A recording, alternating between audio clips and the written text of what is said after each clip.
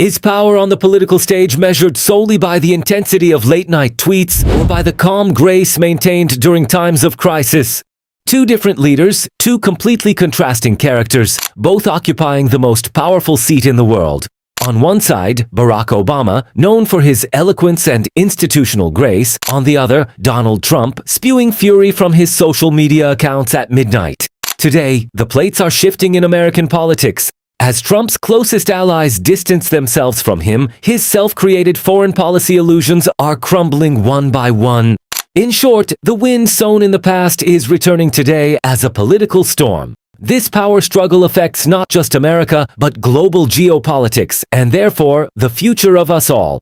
So, if you are ready, the briefing begins with Day 32.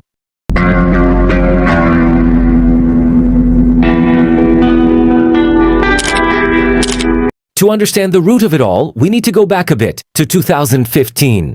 The Barack Obama era was built on multilateral diplomacy in American foreign policy. The prime example of this was the Iran nuclear deal. The theory was simple: integrate Iran into the global system by lifting economic sanctions and, in return, open its nuclear program to international inspection. However, taking office in 2016, Donald Trump declared this agreement the worst deal in history. Trump's foreign policy theory was based on a populist foundation, America first, and transactionalism. Trump unilaterally withdrew from the deal, disregarding allies and international institutions. His goal was to apply maximum pressure on Iran to force a much tougher, brand new deal that he could take credit for. Let's explain this with a simple analogy. There was a car that ran smoothly but was getting old. Trump scrapped the car, saying, "I can build a better one." But the problem was, at the end of the day, he didn't have a new car, he just had an undrivable wreck. Now let's bring it to the present day. What exactly is happening right now? As the reality behind the curtain comes to light, Trump is experiencing a literal political crisis, a meltdown. Why? Because Trump's claim of running a better foreign policy than Obama has found absolutely no buyers on the global stage. Neither European nations nor other world leaders buy this narrative. Moreover, the tide has turned not just in foreign policy, but in domestic politics as well. Look, data and ballot boxes do not lie. Candidates personally backed by Trump suffered consecutive defeats and anxieties in critical states like Georgia.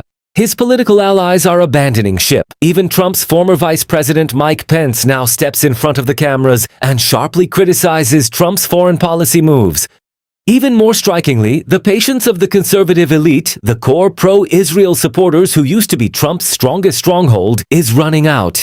Influential figures like John Podhoretz are openly expressing their fury as they witness Trump's abrupt, inconsistent, and entirely self-serving shifts in rhetoric regarding Israel. The media might constantly be feeding us a leadership show that is pure perception management. But the structural reality is this: Trump's populist and anti-institutional policies are causing deep disappointment and a massive fracture within his own allied base. The harsh rule of politics is at play. When institutional wisdom is excluded, nothing is left but uncontrolled rage. So, what happens next? There are two possible scenarios ahead of us. First, as this spiral of isolation and anger continues for Trump, the search for new leadership within the American right will accelerate. The second scenario is that populist rhetoric will completely lose ground against institutional diplomacy, and America will return to a predictable foreign policy line, much like the Obama era. One thing is certain: politics conducted with grace and dignity eventually triumphs over populist rage. Karma finds its way, even on the political stage. That is all from Day 32 for today. Stay tuned to the agenda, and don't forget to like the video. Take care of yourselves, and goodbye, friends.